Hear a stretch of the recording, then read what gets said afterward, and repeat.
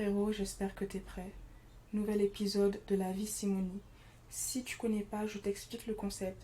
On va voir ensemble plusieurs projets crypto qui ont levé des fonds et le but va être de déterminer ensemble si ces projets sont bullish ou si c'est tout simplement du bullshit pseudo-profond.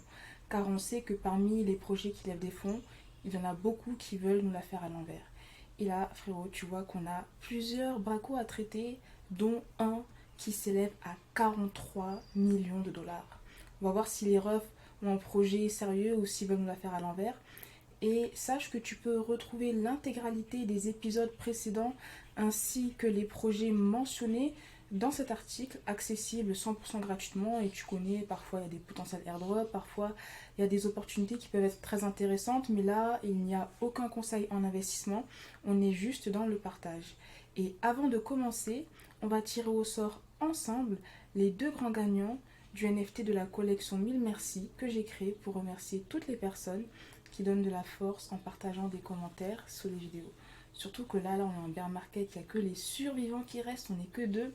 Mais bon, c'est pas grave frérot, tu connais, qu'on soit 2, 10, 1, on sera toujours là. Bilal, merci à toi et félicitations à toi. Premier grand gagnant. Deuxième grand gagnant, R. Ménélique. Merci encore pour ta fidélité et félicitations à toi. Donc, vous pouvez me contacter avec une adresse ERC20 pour que je puisse vous envoyer le NFT en question. Maintenant, tu connais, hein? Si tu connais pas, ici, on parle crypto, Web3, DeFi pour s'enrichir et être libre. Si ce sont des sujets qui éveillent ta curiosité et ou te passionnent de manière incommensurable, tu sais ce qu'il te reste à faire. Maintenant, mets-toi en mode Zeppo. Boisson sur le tech, elle est là frérot, et c'est parti. Ah oui, et avant de commencer, la semaine dernière, on a fait un épisode de la vie Simonie en live. Franchement, c'était le feu. Merci à toutes les personnes qui sont présentes, qui étaient présentes, pardon. Et pour cet été, j'ai envie de continuer les lives, mais là, j'ai vraiment envie qu'on se donne de la force tous ensemble. Donc, ce que j'aimerais faire, ce serait des masterclass sur un sujet particulier. Parmi les sujets qu'on pourrait traiter, il y a une comparaison des différents portefeuilles crypto, une comparaison des différents ledgers, comment vivre avec les cryptos, c'est-à-dire comment acheter des billets d'avion ou des chambres d'hôtel ou autre. En tout cas, partagez-moi toutes vos idées en commentaire, comme ça cet été, frérot. Pendant que tout le monde se désintéresse du marché, nous, on va redoubler d'efforts pour augmenter nos compétences et se préparer pour le prochain bull run. Donc voilà, sans plus attendre, on commence épisode de la vie Simonie. Et n'oubliez pas de boire, c'est très très important.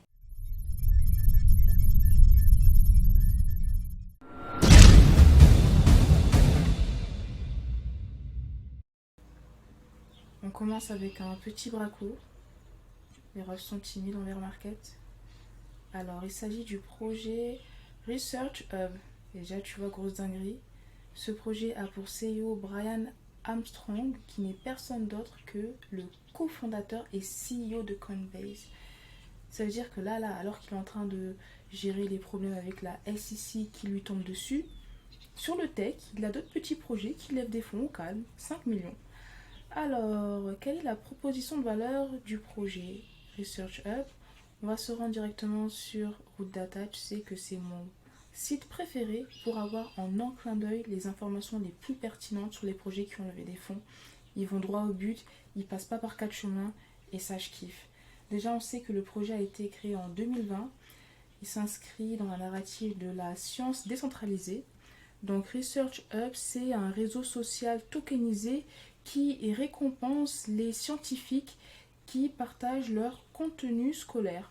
Ok, j'aime bien la proposition de valeur et ce qui est vraiment beau avec ce genre de projet, c'est qu'on voit que le Web3 peut toucher à toutes les industries, que ce soit la science, la médecine, l'automobile, la mode. Le Web3 met tout le monde d'accord et c'est pour ça que j'adore cet écosystème. Ok, on va voir à quoi leur plateforme ressemble, si ça nous parle. Ok, c'est très direct, c'est très brut. Bon, c'est pour les scientifiques, hein. Bon, je ne suis pas la cible principale, mais c'est bien de voir que ce type de plateforme existe. Et si tu es un scientifique ou si tu as des scientifiques dans ton entourage, n'hésite pas à leur partager le projet. En tout cas, force à toi, Brian, parce qu'on sait qu'actuellement, avec tout ce qui se passe sur ta plateforme Coinbase, ça doit être assez compliqué. Mais malgré ça, tu nous sors des beaux projets comme Research Hub. creuse de ton côté et nous, on passe à la suite. Deuxième braco, ouh, le gros braco, 26 millions de dollars. Les refs sont déter. Alors, il s'agit de Wave BL. Ils ont levé 26 millions en série B. Ok, donc eux, ils adressent la finance traditionnelle, on dirait. On va directement se rendre sur Root Data pour voir les informations supplémentaires qu'on peut avoir. Ok. Les refs sont quand même là depuis 2015, donc c'est un projet infra, ok. Donc c'est une plateforme digitale basée sur la blockchain qui facilite le process traditionnel de transfert de documents papier originaux de manière électronique. Ah, traduction en temps réel, on s'améliore frérot. Ok, bon, on voit qu'en 2021, ils avaient levé 8 millions en série B, là ils lèvent 26 millions. C'est bien de lever, hein, c'est bien. Après, il faut délivrer, hein. Faut délivrer. Parmi les investisseurs, ok, il y a celui-là qui est le plus connu, on dirait. Les autres sont un peu inconnus au bataillon, ok. On va aller sur leur compte Twitter avant de visiter leur site internet. Ok, donc ils sont leaders dans leur market. Déjà, belle pointure, belle référence. On voit que la SOG dans les bails. On savait déjà que la SOG s'intéresse à la blockchain. Bon, on va aller sur leur site directement. Et tu vois, dans ce genre de projet, ce que j'aime bien, c'est qu'on voit que même si de temps à autre, on peut voir que la finance traditionnelle est réfractaire à l'adoption des crypto-monnaies, elle ne peut pas nier le potentiel et la valeur ajoutée qu'a la blockchain dans l'échange de valeurs et l'échange de produits financiers. Parce que la blockchain apporte une valeur ajoutée qu'on ne retrouvait pas dans les processus traditionnels qui nécessitaient de faire appel à une partie tierce. Parce que de par la désintermédiation des échanges que procure la blockchain, on peut avoir des échanges de valeurs qui sont faits sans tierce personne, sans tierce partie, de manière beaucoup plus rapide et beaucoup plus sécurisée grâce aussi à la transparence que la blockchain procure, même si, encore une fois, il faut nuancer, on a vu que les hacks sont toujours présents. Bon, si on revient sur WaveBL, les bénéfices d'utiliser la plateforme WaveBL. Ok, ça facilite la confiance et la collaboration, ça élimine le papier, on gagne du temps et on réduit nos coûts, c'est ce que procure la blockchain. On augmente en efficacité grâce à l'absence de tiers de confiance, grâce à la désintermédiation. On simplifie les process, comme il y a moins d'humains, moins de mots de tête, tu vois ce que je veux dire. On élimine les risques de falsification, de vol de documents, de par la transparence que la blockchain procure. Et ça, c'est bullish. C'est très bullish.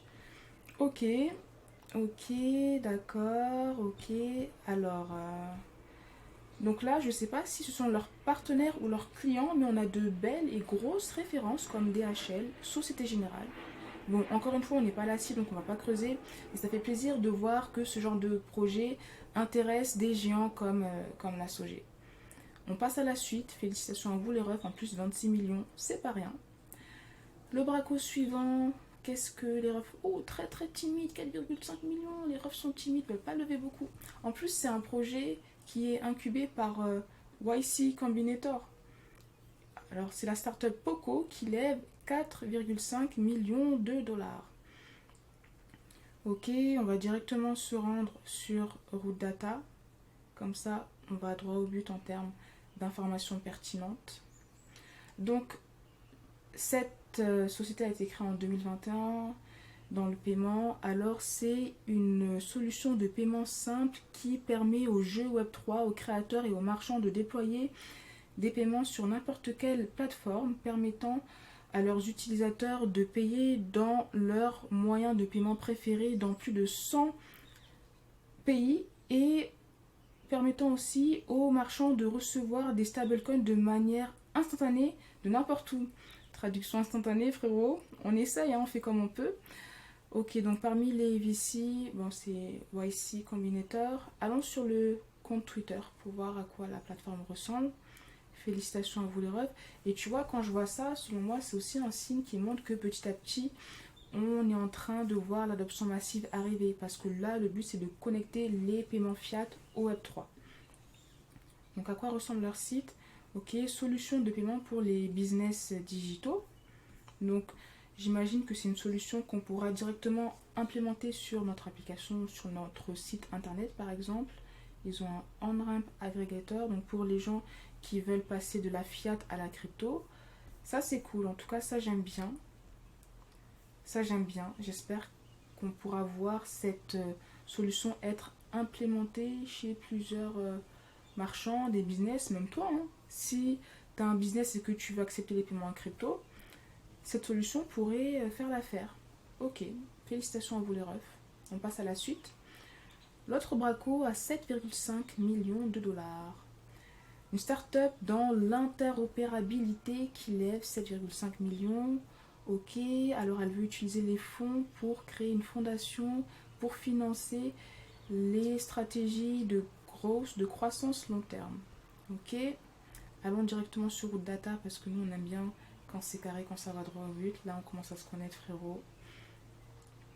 On va voir les informations supplémentaires que Route Data nous partage. Parfois Route Data rame un peu. Ok. Bon, on voit qu'ils intègrent beaucoup de blockchain à leur écosystème, c'est bien. Ils se sont créés en 2017, c'est un projet d'infra, cross-chain bridge, cross-chain communication. Les fondateurs sont Docs. Eux, ils sont abonnés au levée de fonds. Hein. 2021, ils lèvent 2,2 millions. 2021, 12 millions. Ah non, là, ils ont annoncé leur mainnet live. Et là, 7,5. Ah, j'aime bien quand même voir des belles références comme Coinbase et Polygon. Alchemy Venture, OKX. Ça intéresse beaucoup les sexes, on dirait. Coinbase, Polygon, OKX, ok. On va voir à quoi leur compte Twitter ressemble. Ok, le premier protocole modulaire interopérable. Alors ça, ce sont des mots qu'on rencontre souvent quand même. Qu'est-ce que vous nous proposez les refs? Qu'est-ce que vous nous proposez? Allons directement sur leur site internet pour voir si ça nous parle un peu plus. Ok, le HTTP du Web3. Bien vu, j'aime bien. Alors on peut construire des applications Web3 qui interagissent avec les utilisateurs, les tokens et les autres applications sur n'importe quelle chaîne de manière sécurisée, comme sur Internet. Donc ça, c'est un projet qui s'adresse aux développeurs. Ok. Les cas d'utilisation, pardon, ils ont un pont. On va voir si on peut l'utiliser directement. Ok. Bon. Rappelons-nous que les refs sont là depuis 2017, il me semble. Et actuellement, la BNB Chat est temporairement non disponible. Ok, donc c'est intéressant. Ils ont au moins quelque chose qu'on peut utiliser, à voir si c'est plus intéressant que les autres ponts qui existent. Il y a aussi un swap. Alors, pour swiper mes cryptos, je préfère utiliser l'agrégateur de DEX de Defilama. Je ne sais pas quelle est la valeur ajoutée de celui-ci. Là, on sait qu'ils sont en bêta. S'il y a un potentiel airdrop, ça peut potentiellement être intéressant. Tu connais, on dit jamais non à de l'argent gratuit. Surtout qu'ils ont levé des fonds. À suivre, à creuser. On passe à la suite. Petit braco, pardon, assez timide, 5 millions de dollars. Il s'agit de la plateforme collectible.com. Alors, c'est en seed et ils veulent lancer la première marketplace et communauté de collecteurs Web3 au monde. Les refs sont ambitieux, les refs sont très très ambitieux. On espère qu'ils vont se donner les moyens de leurs ambitions. Allons voir ce que la fiche Route Data nous partage comme information supplémentaire. Alors déjà, eux, ils déclarent pas. Ils sont dans les bails mystérieux. On sait juste qu'ils sont dans les NFT, mais on ne sait pas où est-ce qu'ils se situent, quand ils se sont créés. Ok, on sait juste qu'ils ont levé 5 millions. Ah, il y a quand même Peter Thiel parmi les investisseurs. J'avoue, Peter Thiel, c'est mon gars, je l'aime bien. Je l'aime bien, Peter Thiel. Ok. Bon, Mickey Mantle, tout Mickey Mantle. En tout cas, attends, mince. Je voulais aller sur leur compte Twitter. On va voir si le projet nous parle. Je sais pas pourquoi vous faites les refs mystérieux. C'est bon, déclaré, on est entre nous. Là, c'est le Web3, on est entre nous, les frérots. Bon, là, il faut un giveaway en plus. Donc, si tu veux y participer, t'as jusqu'au 16. Bon, là, je pense que ça va être trop tard quand tu vas regarder la vidéo, mais on va voir leur site. Ok, collecting is more than just buying and selling, it's about sports. Ok. Ah, on peut réserver notre profil. Ça peut être très intéressant. Tu sais que j'aime bien ce genre de choses. Surtout quand c'est en bêta. Ok. Donc, n'hésite pas à le faire, hein, surtout si c'est gratuit. Ils vont se lancer en septembre. Ça aussi, information très pertinente. Bon. Le projet m'intéresse quand même. J'ai bien envie de creuser. Ouais. Ça me parle. J'ai bien envie de creuser. Bon, on passe à la suite. Alors, gros braco. 43 millions. Eh les refs, vous avez intérêt à nous annoncer du lourd.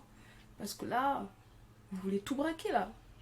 Donc, ah, c'est un projet qui s'inscrit dans la narrative de l'intelligence artificielle. Ils ont levé 43 millions auprès de VC comme A16Z avec un tour l'idée par A16Z. Ok. Bon, je pense que c'est plus pour les développeurs. C'est pas un projet qui adresse le retail, l'investisseur particulier. Ils se sont lancés en 2020. C'est un projet infra. Ok. Cloud Computing AI. Les fondateurs sont Docs.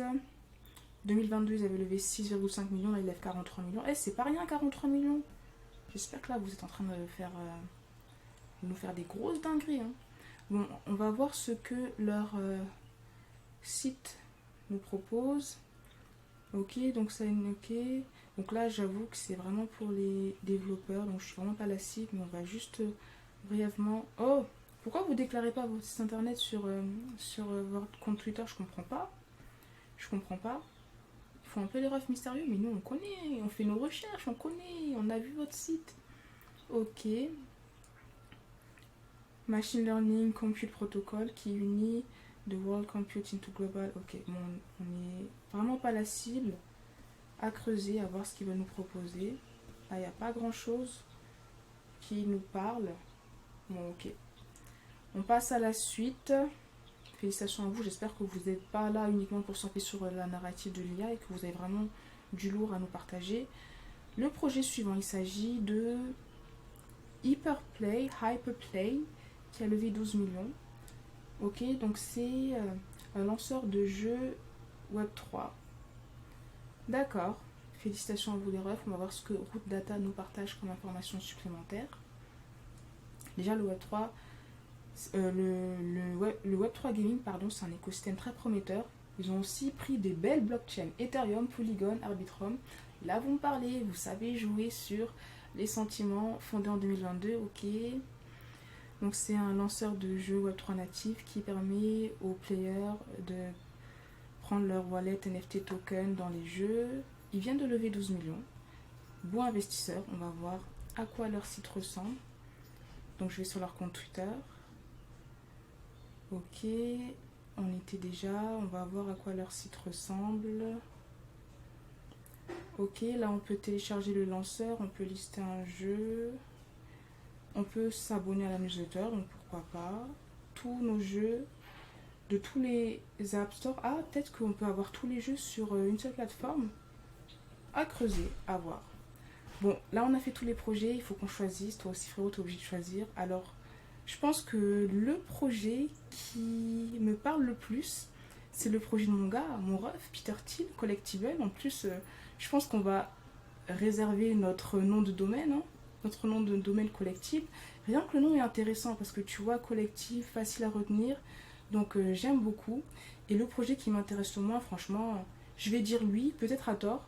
Je dis lui parce que j'ai pas forcément compris de quoi il s'agissait. Je pense que c'est plus destiné aux développeurs.